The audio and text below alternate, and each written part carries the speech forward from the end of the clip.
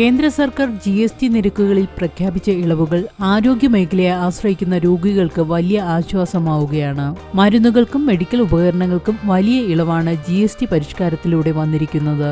ഇതിൽ ക്യാൻസർ പോലുള്ള അതിമാരക രോഗങ്ങൾക്കുള്ള മരുന്നുകൾ, മറ്റ് ജീവൻ രക്ഷാ മരുന്നുകൾ എന്നിവയും ഉൾപ്പെടുന്നു. 33 മരുന്നുകളുടെ GST പൂർണ്ണമായും ഒഴിവാക്കിയിട്ടുണ്ട്. രാജ്യത്തെ കോടിക്കണക്കിന് ആളുകൾക്കാണ് ഇതിന്റെ ഗുണം ലഭിക്കുക.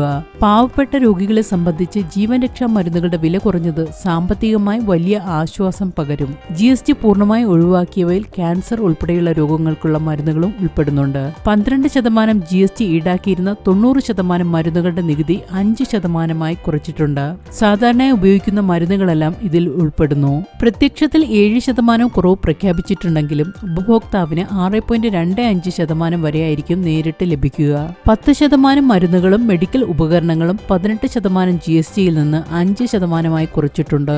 ഗ്ലൂക്കോമീറ്ററുകൾ, ഡയഗ്നോസ്റ്റിക് കിറ്റുകൾ, മെഡിക്കൽ ഓക്സിജൻ തെർമോമീറ്ററുകൾ, ശസ്ത്രക്രിയാ ഉപകരണങ്ങൾ, ഡെന്റൽ, വെറ്റിനറി ഉപകരണങ്ങൾ, കറക്റ്റീവ് ഗോഗിൾസ്, കണ്ണടകൾ തുടങ്ങിയ നിരവധി ഉൽപ്പന്നങ്ങൾക്കും വില കുറയും. ആയുർവേദ, യുനാനി, ഹോമിയോപ്പതി മരുന്നുകൾക്കും 12% നിന്ന് 5%ലേക്കാണ് GST താഴ്ത്തിയിരിക്കുന്നത്. പുതുക്കിയ വില ഉടനെ തന്നെ രേഖപ്പെടുത്താനുള്ള നിർദ്ദേശവും കമ്പനികൾക്ക് നൽകിയിട്ടുണ്ട്.